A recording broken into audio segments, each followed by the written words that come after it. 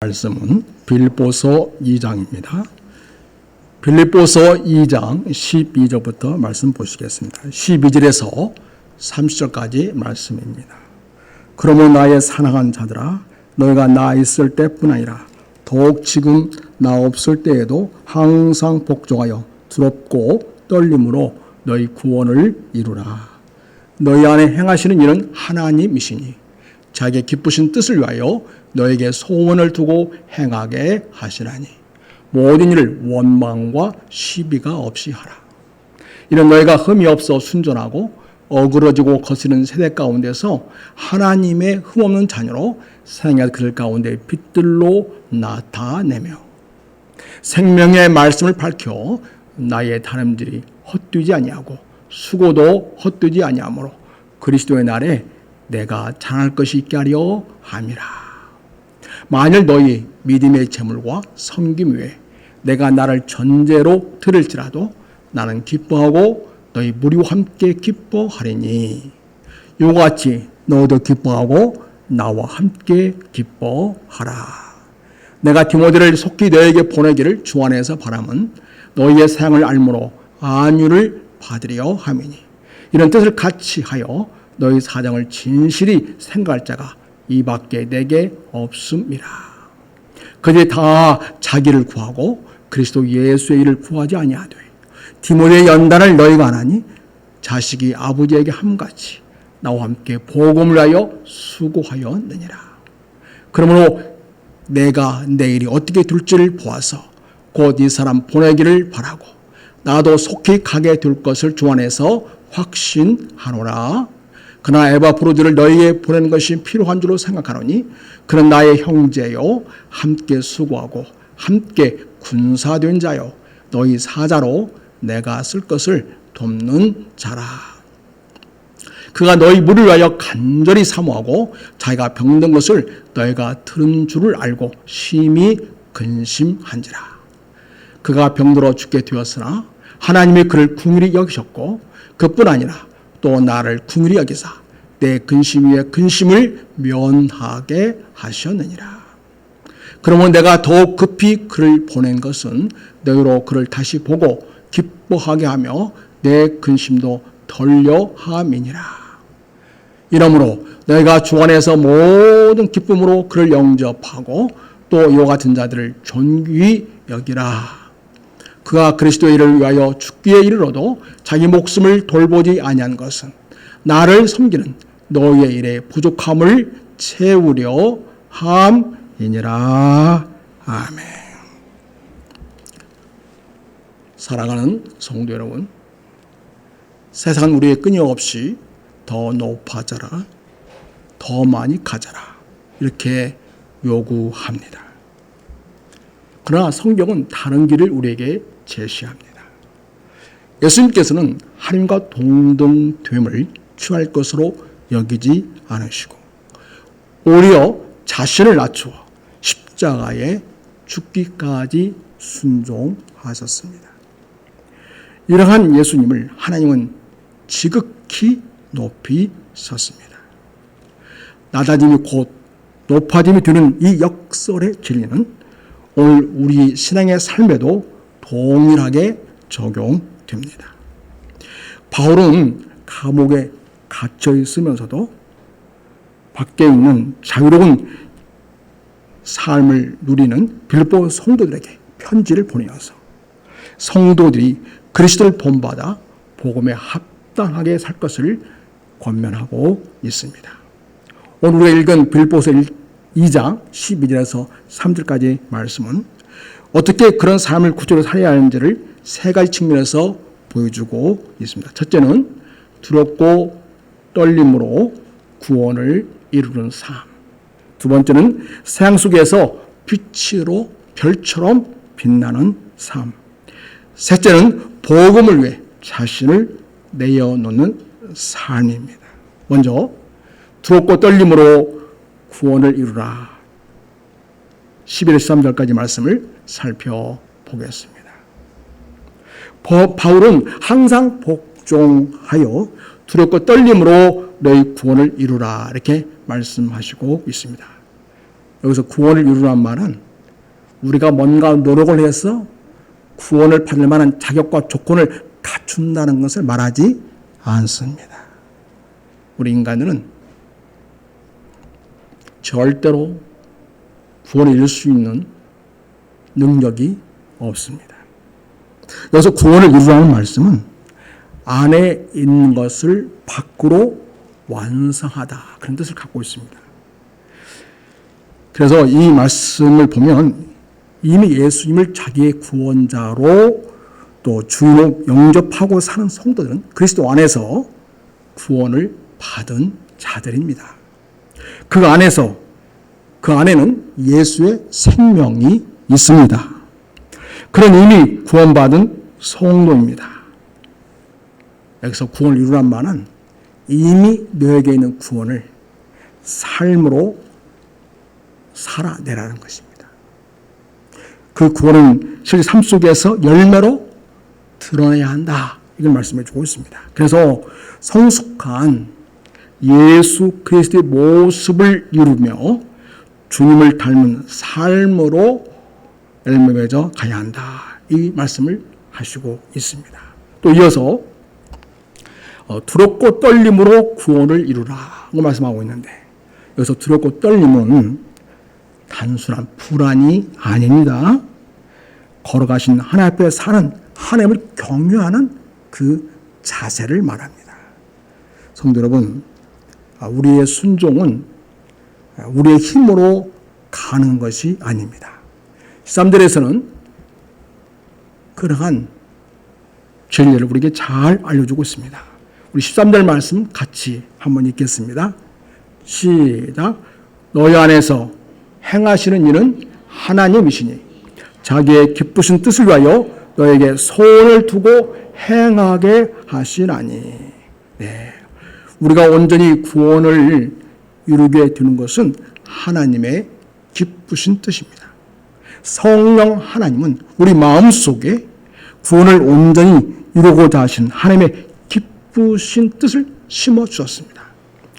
그리고 그래서 우리가 온전한 구원에 이를 수 있도록 우리 안에서 하나님이 역사하시고 있습니다.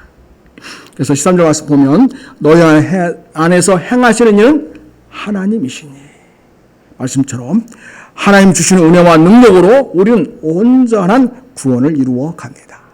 하나님이 이 일을 주도하시고 있고 우리를 도와주고 계십니다. 주님을 향한 선한 열망으로 주님께 기쁨이 되는 삶을 살고자 하고, 그래서 주님의 은혜와 능력을 구하면서 믿음으로 우리가 살아갈 때 우리가 구원을 온전히 이루는 삶을 살아내는 것입니다. 한 교회의 집사님이 자기 마음속에 하나님이 주신 선한 뜻을 알아차렸습니다. 그것은 구원받은 하나님의 백성으로서 교회의 공동체를 위하여 또 그리고 담임 목사를 위해서 매일 기도하는 것이다, 그런 생각이 마음에 들어왔습니다. 그 일은 자기에게 이미 주어진 구원을 더 풍성히 누리게 하고 주님을 닮은 자로서 온전한 구원을 향하여 나아가고 공동체 이론으로서의 해야 할 일이겠다, 그렇게 생각하고 마음에 작정을 했습니다. 그것을 깨달은 그날부터 집사님은 목사님이 지치지 않고 강단에서 하나님의 말씀을 담대하고 능력 있게 전하게 해 주십시오 라고 눈물로 간구했습니다. 교회는 그냥 되는 것이 아니고 여러 가지 많은 일들이 있습니다. 행정이 있고 찬양 봉사가 있고 잡무가 많습니다. 그런 일들에 대해서는 제가 기꺼이 맡아서 수고하기로 했습니다. 그래서 가능한 한 목사님은 말씀과 기도에 더 전념할 수 있도록 기쁨으로 도왔던 것입니다. 목사님은 나중에 이런 고백을 하셨습니다. 내가 목회 사역을 포기하고 싶을 때마다 하나님께서 그 집사님의 기도와 충성을 통해서 나를 붙드셨습니다. 이렇게 고백했습니다. 우리가 구원을 이룬다고 하는 것은 주님을 닮아가는 내면적 성숙만이 아니라 교회 생활 속에서 주님이 교회를 세워가시는 그 일에 동참하고 수고하고 헌신하는 이런 일들이 바로 두렵고 떨림으로 구원을 이룬 삶의 실체가 되겠습니다. 자기가 뭔가 대단한 신들한 것을 드러내고자 하는 것이 아니고 하나님을 경외하며 전적으로 하나님의 의지에 순종하는 그 집사님의 헌신은 한 목회자를 세우고 한 교회를 살렸던 것입니다.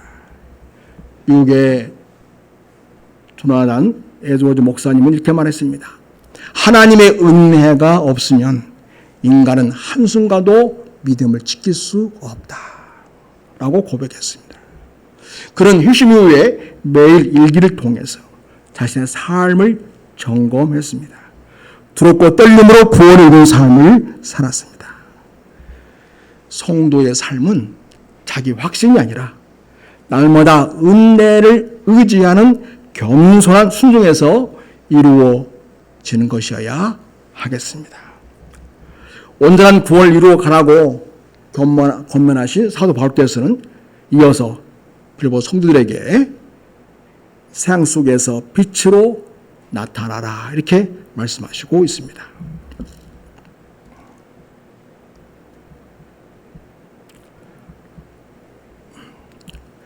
14절에서 18절까지 말씀입니다. 거기 보면 사람들은 자기 마음에 맞지 않고 마음이 불편하면 불평을 쏟아내기 시작합니다. 그러면 옆에 있는 사람들도 함께 마음이 불편해지는 것을 봅니다. 주변이 어두워집니다. 바울은 교회 공동체 안에서 모든 일을 원망과 시비가 없이 하라 이렇게 권면하고 있습니다. 이 원망이라는 말은 광야에서 가나안 땅을 향해 나아가던 이스라엘 백성들을 떠올리게 합니다. 그들은 하나님의 전적인 구원의 은총으로 애굽을 탈출할 수 있었습니다. 가나안 땅하여 향하여 가는 그 여정 속에서 그들은 끊임없이 원망과 불평, 시비를 쏟아내었습니다. 입에 불만을 가득 품은 채 중얼거리며 불평하는 모습은 하나님의 은혜를 잊고 거룩함을 드러내지 못하는 모습입니다. 어그러지고 거스른 새에서 보여지는 세상에 길들여진 옛 모습이 되겠습니다.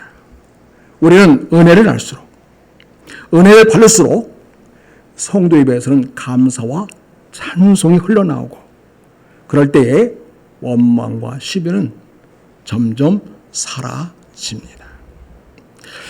조금만 불편해도 입에 원망과 시비를 달고 사는 사람들의 모습들이 있습니다. 사람들은요, 솔직하게 라는 명분으로 불평을 쏟아내는 것을 정당화하려고 합니다.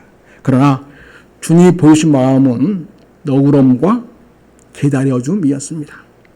우리는 성령 충만할수록 더 너그러워지고 더 품어주게 되고 더 기다려주게 됩니다.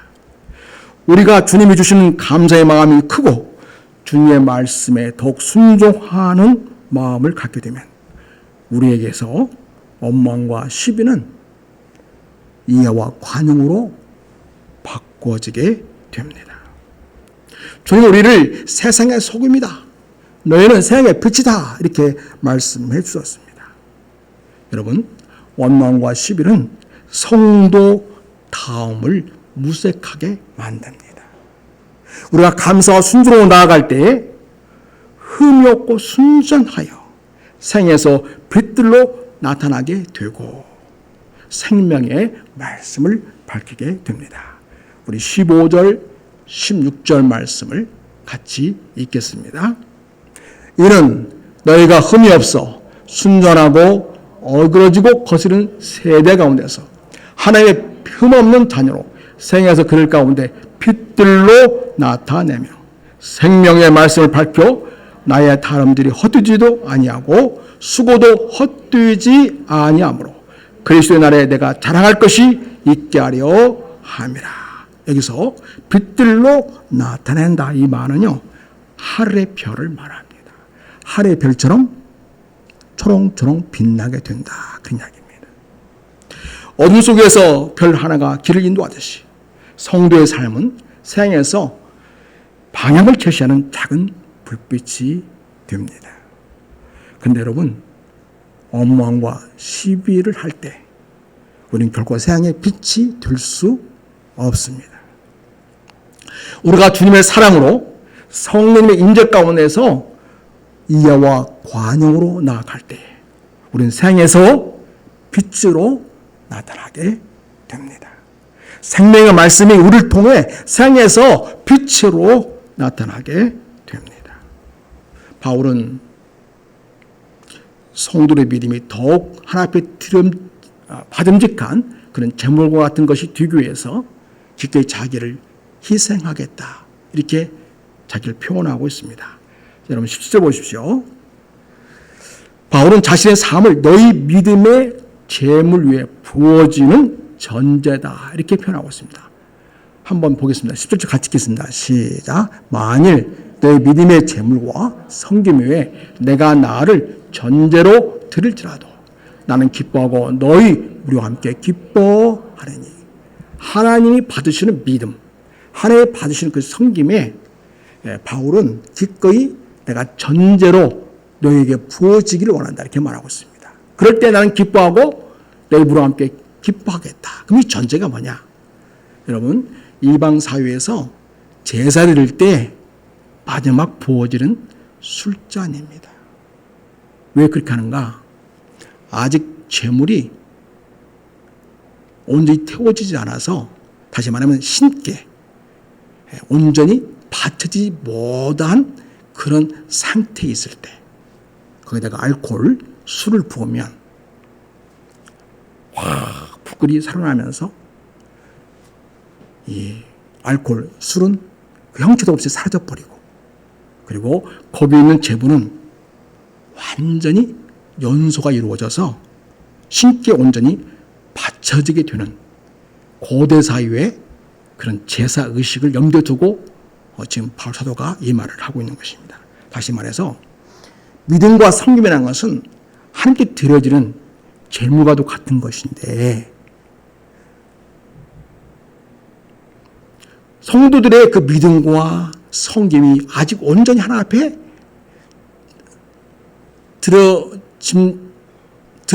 짐직한 그런 것으로 아직 성숙하지 못할 때, 자기는 기꺼이 마치 제사할 때 마지막 부어지는 전제처럼, 그래서 자기는 이름도 없이 빛도 없이 형체도 없이 사라질지라도 성도들의 믿음이 잘 세워질 수만 있다면, 성도들의 섬김이 하나님께 받아들여줄 수만 있다면 나는 기꺼이 이 한 몸 불살라 주겠다.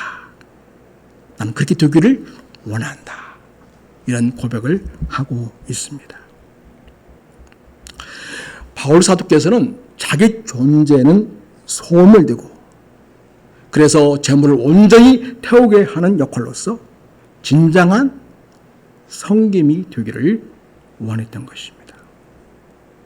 주님께서 십자가에서 자기를 온전히 우리를 위하여 내주셨던 그 모습을 본받아 바울 사도는 자기의 교회를 섬기는 그 사역 현장 가운데서 진정 마지막 부어지는 술잔처럼 형체 없이 사라지지만, 그러나 그 재물을 온전히 불태워져 받쳐지게 될 것 같이, 되는 것 같이, 그렇게 나를 내어주는 그런 성김의 삶의 본을 지금 바울 사도는 이야기하고 있습니다. 앞서 말씀드린 한 교회 목사님이 교회 안팎에서 이런저런 원망과 비난에 시달릴 때가 있었습니다. 전혀 예상치 못한 일이 일어난 것입니다. 그때 그 신실한 지사님이 찾아와서 이렇게 말을 했습니다. 목사님, 저희는 목사님을 믿고 따릅니다. 하나님께서 목사님을 세우셨음을 믿습니다. 그 한마디가 무너져가는 그 목사의 마음을 붙들었습니다. 원망 대신 격려를, 비난 대신 충성을 보임으로써 진정 꺼져가는 이 목사님의 목회의 불빛을 확 일어나게 하는 역할을 했던 것입니다. 이런 충성심은 바로 세상 속에서 빛으로 드러나는 순간이었습니다.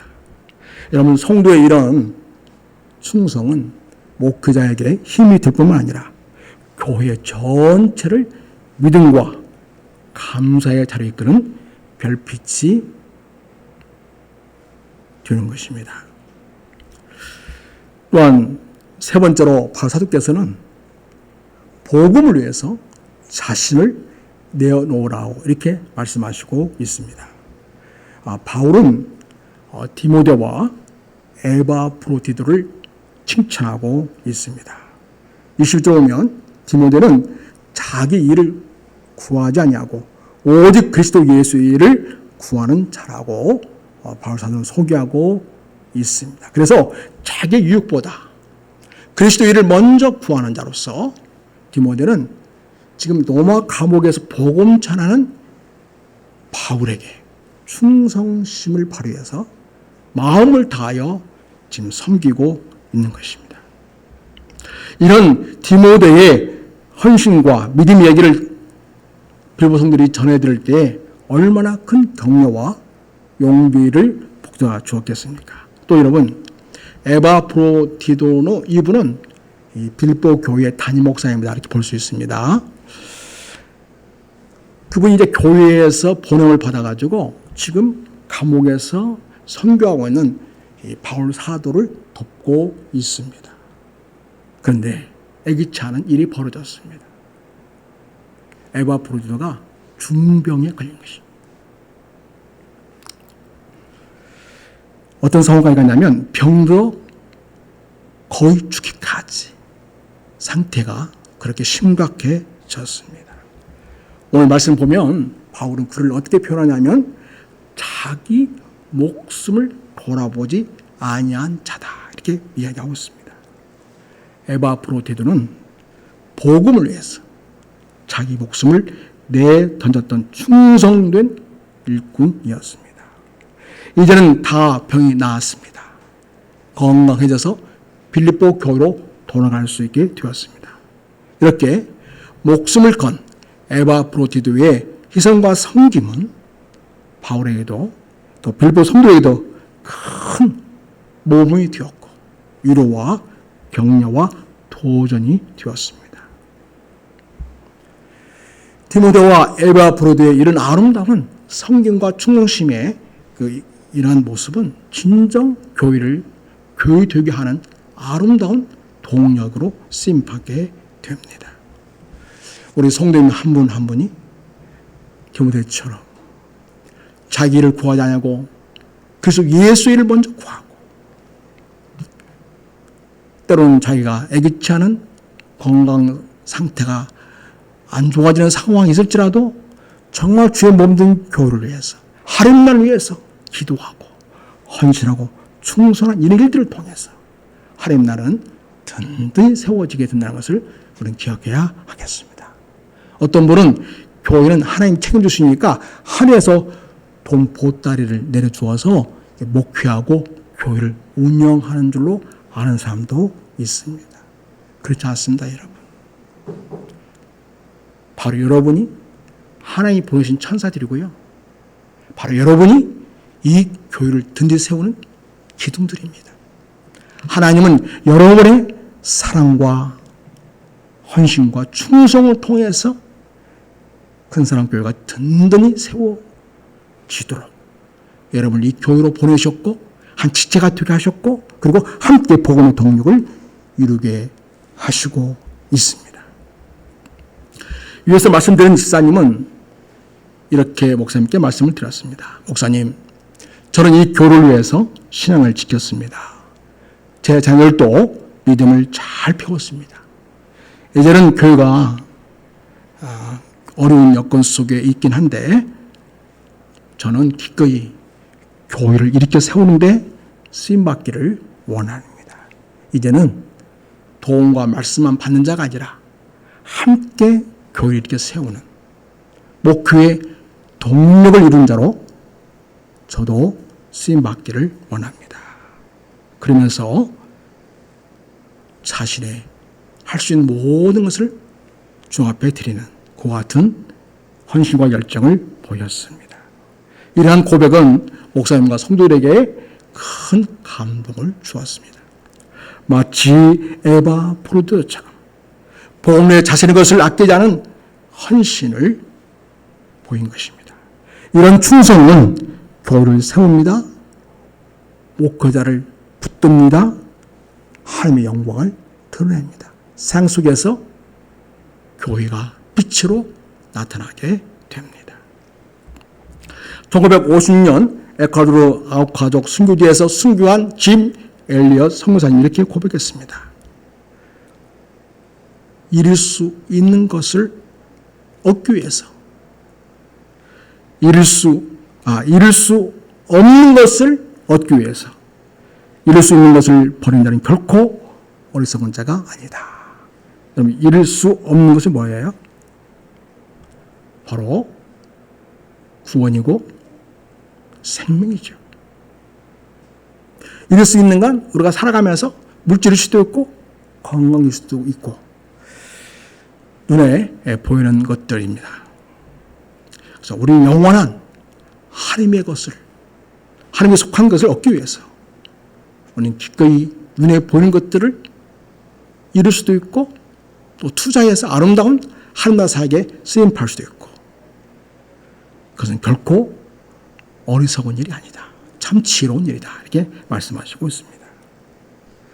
에바 프로드처럼 또 디모데처럼 복음을 위하여 자신을 기꺼이 내어주는 그런 삶을 통해서 그리스도를 따르는 제자의 모습을 보여주었습니다.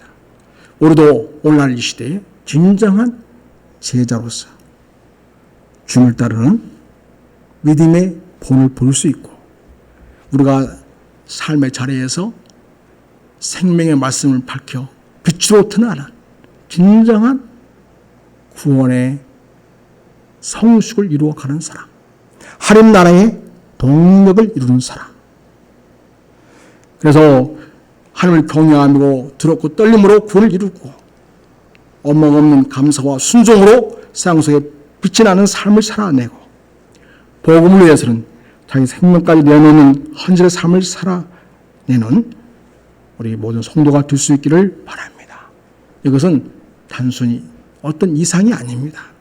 실제 교회 역사 속에서 일어났고 계속 일어나야 할 아름다운 이야기입니다. 생명력이 있는 이야기입니다. 신실한 성도의 기도와 충성이 목회자를 세웁니다. 또 교회를 살립니다. 복음이 전진하게 합니다.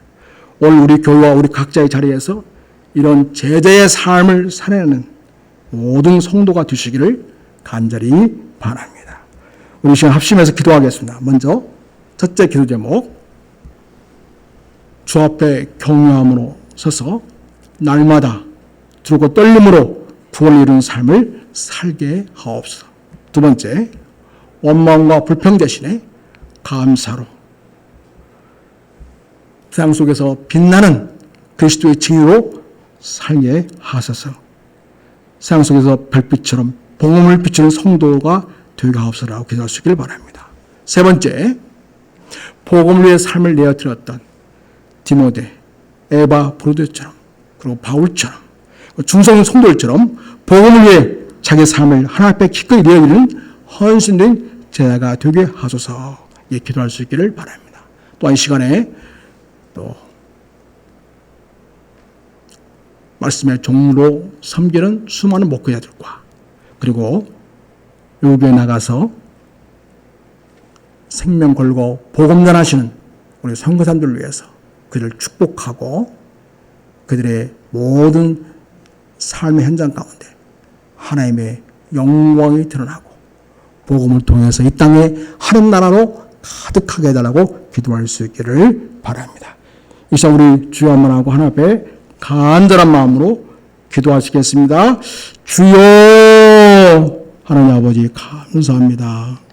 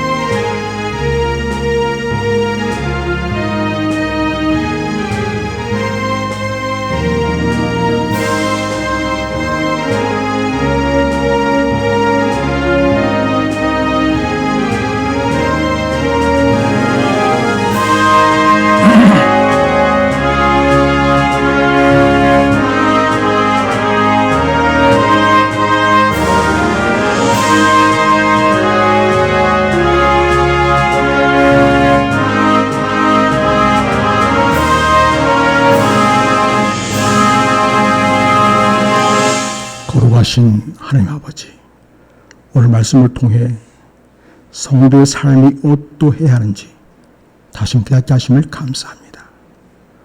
우리의 구원을 경외함으로 이루어가게 하시고 불평과 다툼이 아닌 감사와 순종으로 세상 속에서 빛나는 진리로 살게 하옵소서. 또한 복음을 위해서 우리 삶을 기꺼이 내어드리며 교회를 세우고 목회자를 붙들며 주님의 나라를 확장하는 제자가 되기를 원합니다. 오늘 우리의 삶이 오직 주님께 영광이 되기를 바라옵고 모든 말씀을 예수님의 이름으로 기도드립니다. 아멘. 이 시간 찬송하며 헌금할 텐데요.